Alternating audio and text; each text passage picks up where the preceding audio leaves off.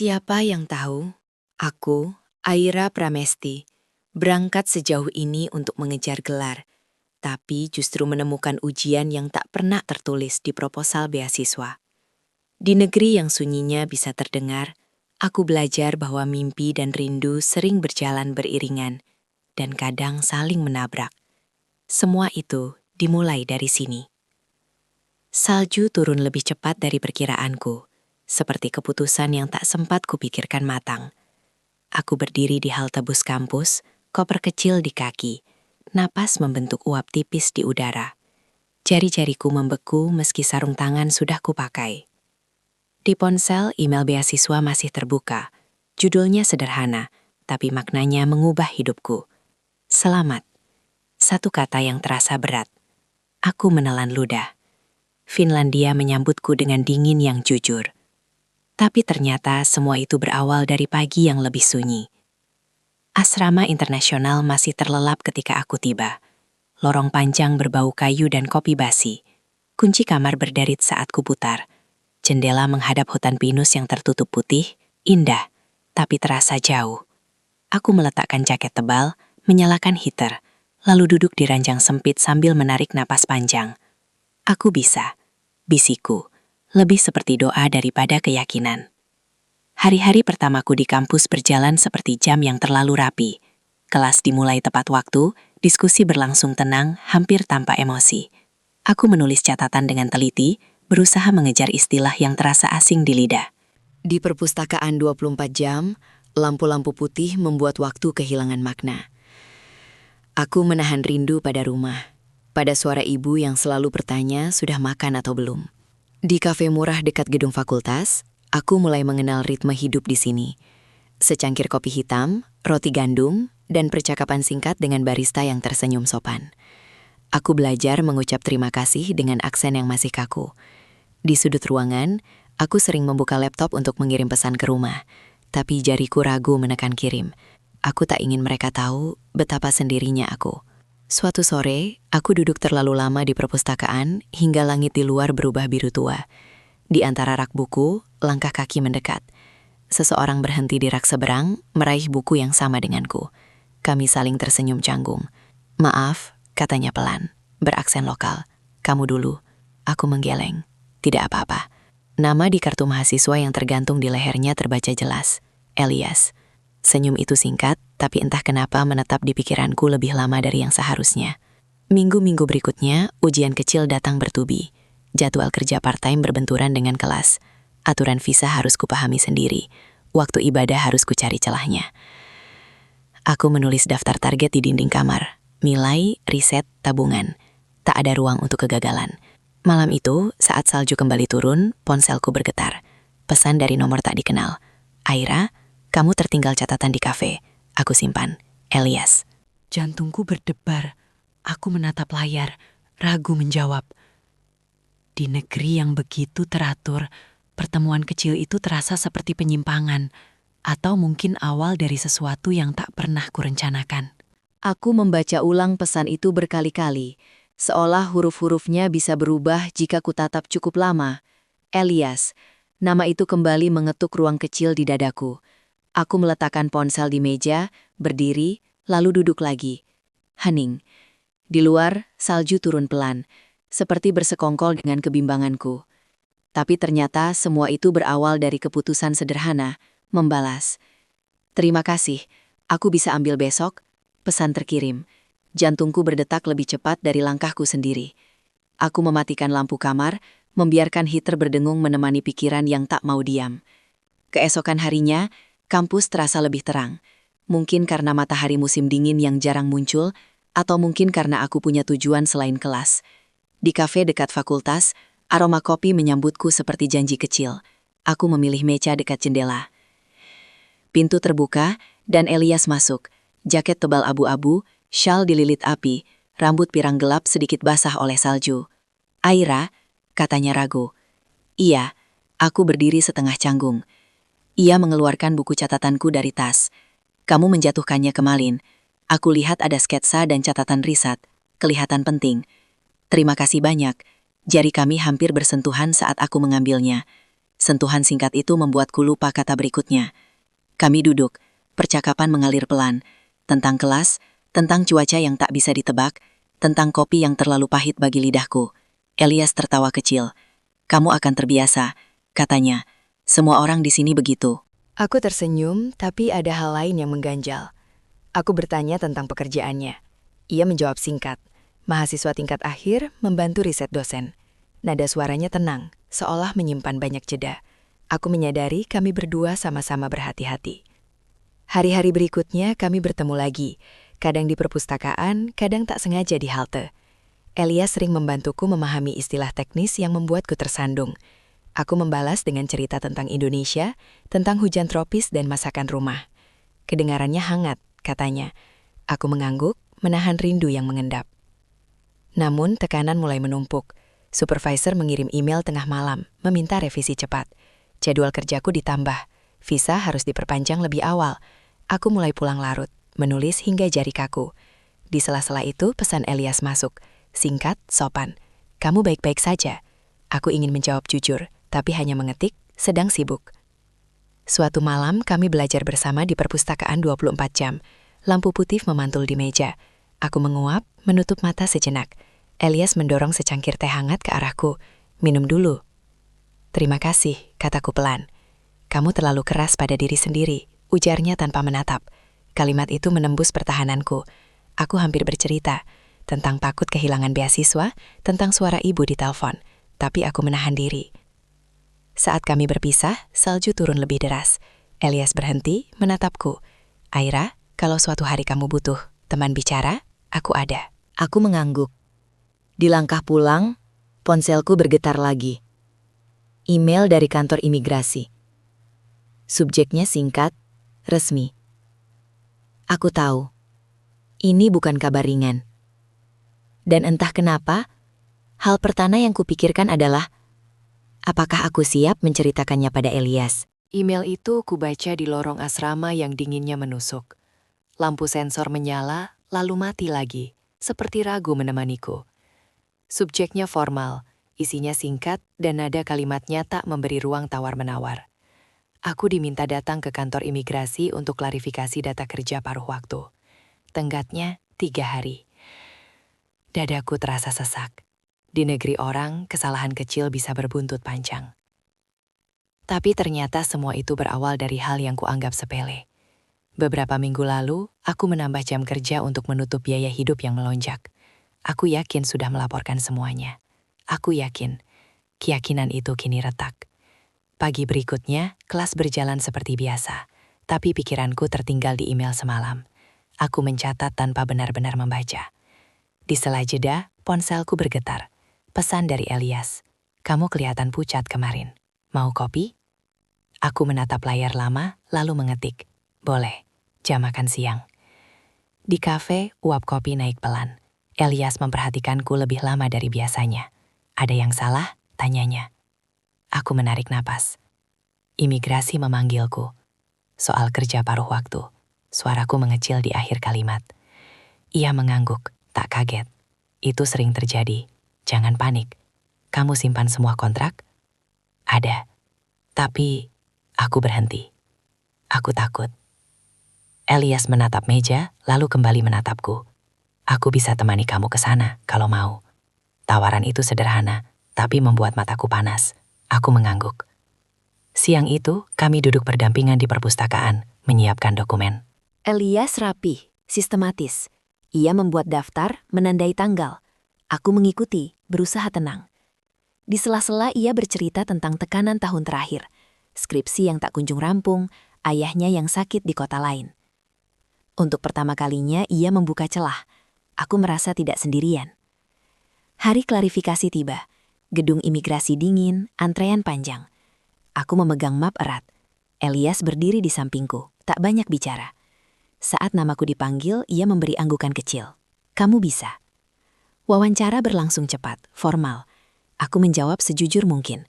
Petugas mencatat, lalu berkata akan meninjau kembali. Kami hubungi lewat email. Kalimat yang tak memberi kepastian. Keluar gedung, salju berhenti. Aku tertawa kecil. Tawa yang lebih mirip kelegaan sementara. Elias tersenyum tipis. Kita makan? Ajaknya. Di restoran kecil kami berbagi sup hangat.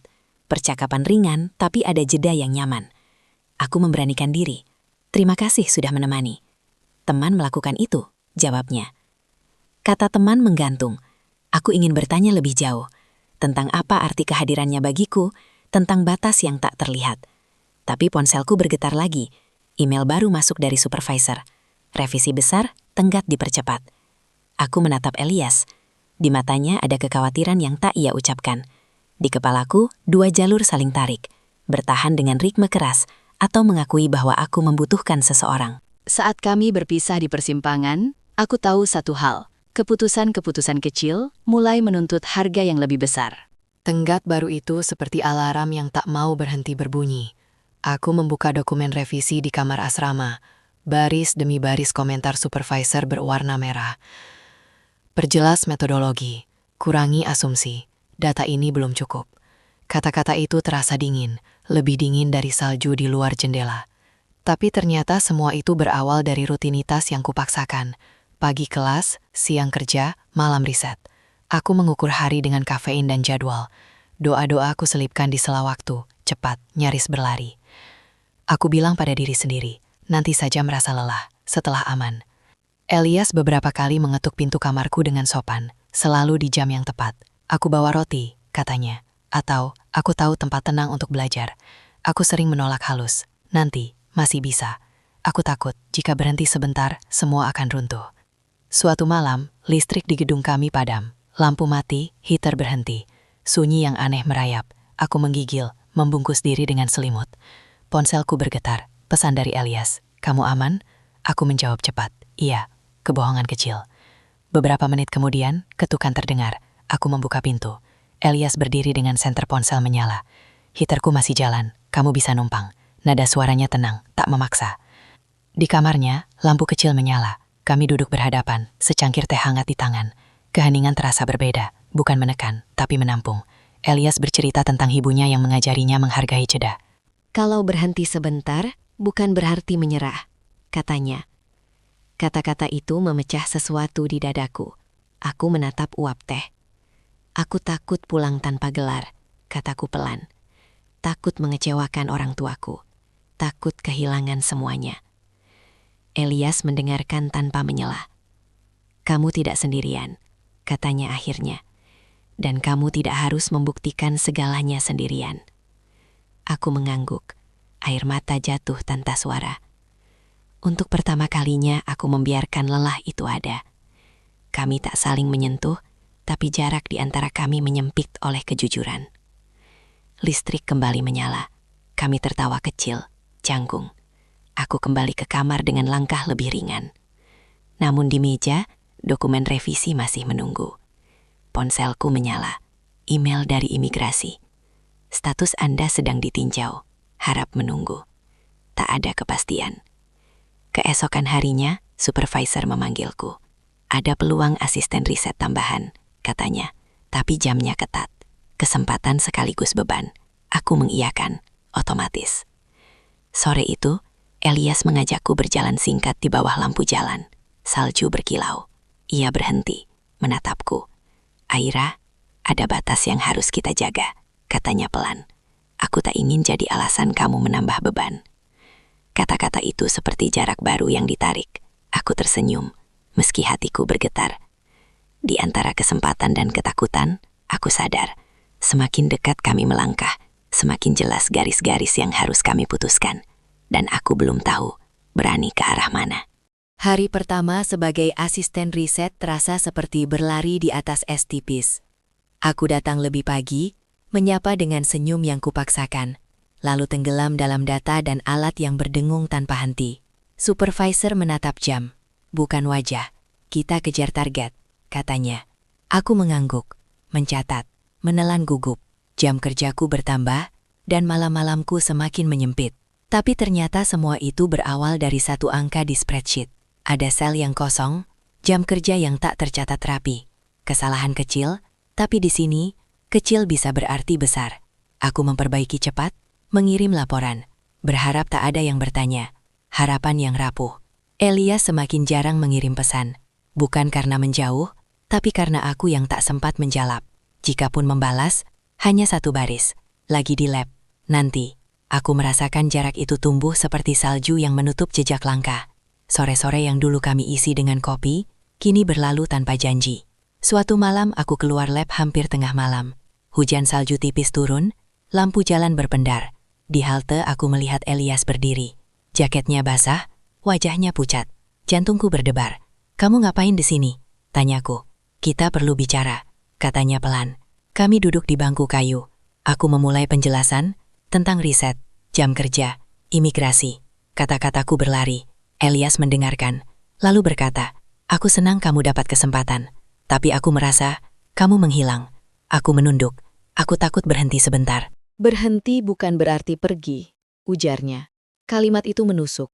Aku ingin memeluknya, tapi jarak tetap ada. Batas yang ia sebut dulu kini terasa nyata. Aku mengangguk, meminta waktu. Elias berdiri. "Aku di sini, Aira, tapi aku juga harus jujur pada diriku." Hari-hari berikutnya makin padat. Supervisor menambah tugas, imigrasi mengirim pengingat. Aku tidur di sela notifikasi. Suatu pagi, ponselku bergetar dengan panggilan dari rumah. Suara ibu lembut tapi tegas. "Kamu kurus, jangan memaksakan diri.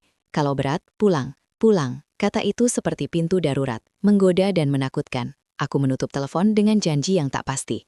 Sore itu, di perpustakaan, Elias duduk di meja seberang. Kami bekerja dalam diam. Aku mengumpulkan keberanian. "Aku takut kehilanganmu," kataku pelan. Ia menatapku lama. "Aku takut menjadi alasan kamu jatuh." Di antara dua ketakutan, kami terdiam. Saat aku pulang, email baru masuk. Judulnya dingin, resmi. Klarifikasi tambahan diperlukan. Tenggatnya singkat. Aku menyadari, waktu tak lagi netral. Dan apapun pilihanku, ada harga yang harus kubayar. Mungkin lebih cepat dari yang kuduga. Tenggat klarifikasi itu datang bersamaan dengan undangan rapat riset dadakan. 2 kalender bertabrakan di kepalaku. Aku berdiri di depan cermin kamar, mengikat rambut dengan tangan gemetar. "Fokus," bisikku. "Hari ini aku harus rapi. Di kertas, di kata, di wajah." Tapi ternyata semua itu berawal dari ruang tunggu kecil di kantor imigrasi. Kursi plastik berderit saat kududuki. Map dokumen di pangkuanku terasa lebih berat dari isinya. Aku menunggu namaku dipanggil sambil menghitung nafas. Pintu terbuka. Petugas memintaku masuk. Pertanyaan mengalir cepat. Jam kerja, kontrak, tanggal. Aku menjawab setenang mungkin, menyerahkan bukti tambahan. Petugas mengangguk, mencatat. "Kami akan memberi keputusan tertulis." Kalimat itu kembali, netral, tak berwajah. Keluar gedung, ponselku bergetar. Pesan dari Elias. "Kamu di mana?" Aku mengetik, "Imigrasi." Balasan datang cepat. "Aku bisa jemput." Aku menatap layar lama. "Tidak perlu," jawabku akhirnya. Bukan karena tak ingin, tapi karena takut bersandar. Di lab, rapat berjalan panjang. Supervisor membagi target baru, menunjukku untuk memimpin satu subbagian. Kesempatan besar. Aku mengiyakan meski perutku bergejolak. Waktu seperti semakin menyempit. Malam itu aku pulang larut. Asrama sepi. Di lorong, langkah kaki menyusul. Elias berdiri di ujung, memegang 2 cangkir kopi. "Aku tunggu," katanya. Nada suaranya tak menuntut. Kami duduk di tangga darurat. Uap kopi naik pelan. Aku bercerita, tanpa menyaring. Tentang ketakutan ditarik pulang, tentang rasa bersalah pada orang tua, tentang lelah yang tak sempat diakui. Elias mendengarkan, lalu berkata, "Kamu boleh kuat, tapi kamu juga boleh rapuh." Air mataku jatuh. Aku tertawa kecil di sela tangis. Aku tidak tahu caranya memilih. "Kadang bukan memilih," katanya pelan. "Kadang menata." Kata itu menempel. Kami berpisah dengan janji samar, berjalan bersama, tanpa menarik. Tapi saat aku masuk kamar, email baru menunggu, dari imigrasi. Subjeknya singkat. Aku menutup laptop tanpa membuka. Untuk pertama kalinya, aku memilih tidur. Pagi datang dengan cahaya pucat. Aku membuka email itu. Keputusan sementara, izinku aman, dengan syarat pengawasan jam kerja lebih ketat. Lega bercampur takut. Aku mengirim pesan ke Elias. "Aku aman." Balasannya cepat. "Syukurlah." Di lab, supervisor memuji presentasiku. "Kita ajukan ke konferensi," katanya. Peluang lain. Aku tersenyum, tapi di dadaku ada beban baru. Saat sore turun, aku berjalan sendirian di bawah lampu jalan. Aku tahu, aman bukan berarti selesai. Dan semakin jauh aku melangkah, Semakin dekat pertanyaan yang tak bisa kutunda. Apakah kebersamaan kami cukup kuat untuk tumbuh di tengah syarat-syarat yang terus bertambah? Undangan konferensi itu datang seperti pintu yang terbuka setengah, menggoda tapi menyisakan bayangan. Aku membaca detailnya berulang kali. Kota lain, 2 minggu, jadwal padat. Supervisor tersenyum puas. Ini penting untuk CV-mu. Aku mengangguk, sementara dadaku berdebar oleh hitung-hitungan baru. Jam kerja, izin, jarak. Tapi ternyata semua itu berawal dari percakapan singkat di halte. Salju tipis berputar, lampu kota berpendar. Elias berdiri di sampingku, memerhatikan poster konferensi di layar ponselku. Kamu pergi, katanya, lebih seperti pernyataan daripada pertanyaan. 2 minggu, jawabku cepat, seolah durasinya bisa meredakan apapun. Ia mengangguk, aku bangga. Kata itu hangat, tapi menyisakan jeda. Aku menunggu kalimat lanjutan, tentang rindu, tentang kekhawatiran, tapi tak datang. Bus datang, kami naik, duduk berhadapan. Di kaca, pantulan wajah kami tampak lebih jauh dari jarak pangku. Hari-hari persiapan membuatku berlari. Aku menyusun slide, menulis ulang metode, latihan presentasi di depan cermin. Di sela-sela, aku mengurus izin perjalanan. Setiap formulir seperti pengingat, kebebasan di sini selalu bersyarat. Malam sebelum berangkat, Elias mengetuk pintu kamarku. Ia membawa map tipis. Aku cek presentasimu, katanya. Kami duduk berdampingan, membahas detail kecil, grafik yang perlu disederhanakan, istilah yang harus dijelaskan. Bekerja bersamanya terasa seperti pulang sebentar. Saat selesai, kami terdiam. Aku memberanikan diri. Aku takut jarak membuat kita merenggang. Elias menatapku lama. Jarak bisa menguji, tapi diam yang tak diucapkan lebih berbahaya. Ia tersenyum tipis. Aku akan menunggumu. Kata menunggu menempel seperti janji. Aku mengangguk. Meski di dalam, keraguan masih bergerak. Perjalanan konferensi melelahkan dan memabukkan. Presentasiku berjalan baik. Ada tepuk tangan, kartu nama, undangan diskusi lanjutan. Di tengah euforia, ponselku bergetar. Pesan dari rumah. Ayah mengingatkan rencana pulang setelah lulus. Kita bicara nanti. Tulisnya. Nanti terasa semakin dekat. Di malam hotel, aku menelepon Elias. Suaranya datang terlambat oleh sinyal. Aku bercerita tentang sesi tanya jawab, ia mendengarkan. Lalu jeda. Aira, katanya pelan, aku dapat tawaran magang di kota lain.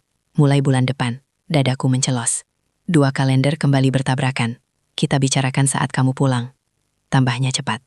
Aku mengiyakan, menahan getar. Setelah telepon berakhir, aku duduk lama di tepi ranjang. Prestasi dan rencana bergerak berlawanan arah, seperti kompas yang kehilangan utara. Saat aku kembali ke kampus, salju menyambut lagi. Elias menjemput di halte. Kami berjalan tanpa bicara. Di persimpangan, ia berhenti. Aku tidak ingin kamu mengorbankan apapun demi aku. Katanya. Aku menatapnya.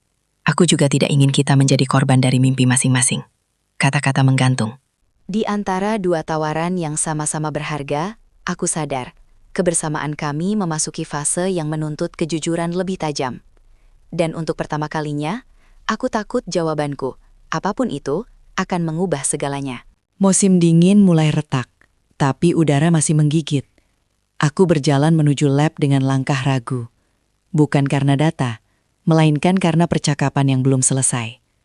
Tawaran magang Elias dan peluang konferensiku berputar di kepala, seperti 2 jarum jam yang menolak sejajar. Tapi, ternyata semua itu berawal dari email singkat dari supervisor. Kita dapat slot presentasi lanjutan, kamu ikut tim inti. Aku menatap layar lama, kesempatan itu berarti exposure, rekomendasi, dan mungkin kontrak pasca lulus. Aku membalas setuju, lalu menutup laptop dengan rasa bersalah yang samar. Sore harinya, Elias mengajakku bertemu di tepi danau yang masih setengah membeku. Langit kelabu, angin tipis. Kami berdiri berhadapan, jaket kami berkibar pelan. Aku ingin jujur, katanya. Magang itu penting, aku ingin mandiri. Aku mengangguk, aku juga ingin bertahan di sini. Kami tertawa kecil, tawa yang tak menyelesaikan apa-apa. Aku mengumpulkan keberanian. Bagaimana kalau kita menjadwalkan jarak? Kalimat itu terdengar kaku, seperti proposal. Jarak tidak bisa dijadwalkan, jawabnya lembut. Tapi komunikasi bisa. Kami sepakat mencoba. Pesan jujur, panggilan rutin, tak saling menahan. Janji yang terasa dewasa dan rapuh. Hari-hari berikutnya, aku tenggelam dalam persiapan. Slide disempurnakan, simulasi dilakukan. Di sela-sela, pesan Elias datang tepat waktu. Aku membalas dengan foto salju yang mencair. Ia mengirim foto kota tujuan magangnya. Ada harapan di sana. Lalu, Kabar dari rumah kembali mengetuk.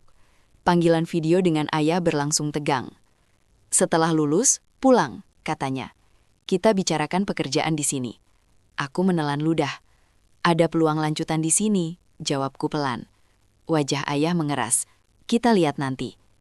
Malam itu aku menelepon Elias. Suaranya lelah. Aku bercerita tentang ayah. Ia terdiam, lalu berkata, "Aku tidak ingin menjadi alasan konflik keluargamu." "Aku juga tidak ingin mimpi kita saling mengalahkan," balasku. Kami sepakat bertemu keesokan hari di kafe. Namun pagi datang dengan kejutan. Email dari imigrasi, perubahan kebijakan sementara, pembatasan jam tambahan untuk mahasiswa. Artinya, kontrak asisten risetku harus disesuaikan. Aku berlari ke kampus, negosiasi singkat, solusi setengah matang. Saat aku tiba di kafe, Elias sudah duduk. Aku menjelaskan semuanya terburu-buru. Ia mendengarkan, lalu menghela nafas. "Aira, aku berangkat minggu depan." Waktu menyempit. Kami berjalan keluar tanpa tujuan, berhenti di bawah lampu jalan yang mulai menyala. Aku menatapnya. "Aku takut kita berpisah di tengah kalimat." "Kalimat bisa dilanjutkan," katanya, "kalau kita berani menunggu titik." Aku tersenyum, air mata menghangatkan pipi. Di kejauhan, danau memantulkan cahaya pucat. Aku sadar, keputusan besar sering lahir dari ruang sempit, dan ruang itu kini ada di antara kami. Menunggu diisi keberanian atau dilepas dengan ikhlas. Minggu itu berjalan terlalu cepat. Kotak-kotak kardus muncul di sudut kamarku, berisi poster konferensi, buku catatan dan pakaian tebal yang tak lagi muat di lemari. Di luar, es danau retak perlahan, seperti pertanda perpisahan yang tak bisa ditunda. Aku menghitung hari, 3, 2, 1. Sementara hatiku menawar waktu. Tapi ternyata semua itu berawal dari sebuah presentasi terakhir. Aula kecil penuh wajah asing. Aku berdiri di podium, suara stabil meski jantung berlari. Slide terakhir menutup dengan tepuk tangan. Supervisor menepuk bahuku. "Kerja bagus," katanya. Di saat yang sama, ponselku bergetar. Pesan dari Elias. Aku bangga. Kami bertemu sore itu di jalur sepeda dekat danau. Angin dingin, langit pucat.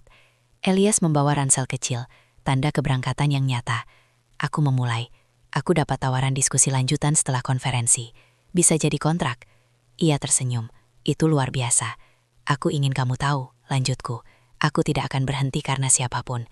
"Aku juga," jawabnya pelan. Kejujuran itu menenangkan sekaligus melukai. Kami duduk di bangku, menatap air yang bergerak. Aku membuka ponsel, menunjukkan jadwal panggilan yang kususun. Malam minggu. Waktu yang adil bagi dua kota. Elias tertawa kecil. "Kamu selalu rapi." Aku mengangguk. "Aku perlu rapi agar tidak hancur." Ia menatapku lama. "Aira, kalau suatu hari kita harus memilih, aku ingin kita memilih diri sendiri, tanpa saling menyalahkan." Kata-kata itu seperti pisau yang bersih. Aku menelan air mata. "Berarti kita..." Kalimatku menggantung. "Berarti kita jujur." Potongnya lembut. Malam turun. Lampu kota menyala. Kami berjalan perlahan. Di halte, bus datang lebih cepat dari jadwal. Elias meraih tanganku. Singkat, hangat. "Aku akan menunggumu di seberang waktu," katanya, setengah bercanda. Aku tersenyum. "Jangan hilang." Bus bergerak. Aku melambaikan tangan sampai sosoknya mengecil. Saat lampu belakang menghilang, dadaku terasa kosong, tapi tak runtuh. Keesokan harinya, panggilan dari rumah masuk. Ayah berbicara lebih pelan. "Kalau kamu bertahan di sana, pastikan ada kepastian." Aku mengangguk meski ia tak melihat. "Kepastian," kata yang berat. Sore itu email baru datang. Undangan wawancara daring untuk kontrak riset. Tanggalnya bertepatan dengan akhir magang Elias. 2 garis waktu kembali berpotongan. Aku menatap kalender. Ada tanda kecil yang kuberi lingkaran. Hari ulang tahunku. Aku menutup mata, mengirim pesan pada Elias. "Aku akan berjuang." Balasannya singkat. "Aku tahu." Di antara perpisahan dan peluang, aku berdiri di tepi keputusan terakhir.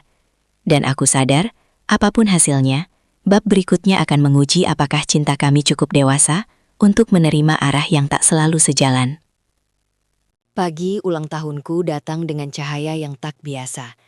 Es di danau benar-benar mencair, meninggalkan kilau yang bergerak pelan. Aku berdiri di depan jendela. menatap kalender. Hari ini wawancara daring itu dijadwalkan. Aku mengenakan kemeja paling rapi yang kupunya, menyiapkan catatan, lalu menutup mata sejenak. Tenang, bisikku. Tapi ternyata semua itu berawal dari satu pertanyaan yang tak terduga. Wawancara berjalan lancar, tentang metodologi, kolaborasi lintas kampus, rencana publikasi. Lalu pewawancara bertanya, jika ditawari kontrak jarak jauh sambil memimpin subtim dari kota lain, apakah Anda siap?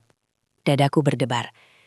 Kontrak jarak jauh, fleksibel, lintas kota. Aku mengangguk mantap. Siap. Sore hari, aku menerima email konfirmasi. Judulnya panjang, resmi, dan, ajaibnya, membebaskan. Kontrak riset hibrida, basis di kampusku, kolaborasi lintas kota. Aku tertawa kecil, air mata jatuh tanpa rencana. Untuk pertama kalinya, mimpi tak meminta korban. Aku menelpon Elias. Nada sambung panjang, lalu suaranya muncul, cerah. Selamat ulang tahun, katanya. Aku ingin bilang sesuatu, tapi kamu dulu. Aku dapat kontrak, kataku cepat, hibrida. Aku bisa bergerak. Di ujung sana ia terdiam, lalu tertawa. Kamu serius? Aku serius. Aira, katanya. Suaranya bergetar. Magangku diperpanjang, dan timku membuka kolaborasi dengan kampusmu. Aku akan sering bolak-balik. Dunia seperti menyelaraskan langkahnya. Kami sepakat bertemu di danau. Senja turun lembut. Elias datang dengan senyum lebar, membawa kue kecil bertuliskan angka sederhana.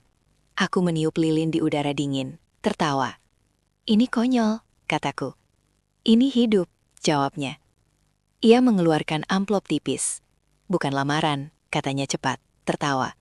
Proposal kolaborasi, nama kita berdua. Aku membacanya, jantungku menari. Di situ ada ruang bagi mimpi kami, bersama, tanpa saling mengecilkan. Kami berjalan di tepi danau, membahas rencana, jadwal, kota, jeda. Tak ada janji berlebihan, hanya kesepakatan jujur. Kita bertumbuh, kataku. Dan saling memilih, tambahnya. Malam menutup dengan lampu kota berpendar. Kami berhenti, salju sisa mencair di sepatu. Elias menggenggam tanganku. Kali ini tak singkat. Aku ingin menua sambil terus belajar, katanya. Aku tersenyum. Aku ingin tetap berani. Di Finlandia yang sunyinya dulu menakutkan, aku menemukan kebisingan yang hangat. Tawa, rencana, langkah yang sejajar. Beasiswa membawaku ke sini, tapi keberanian dan cinta yang dewasa membuatku bertahan. Dan untuk pertama kalinya, masa depan tidak meminta kami berpisah untuk tumbuh.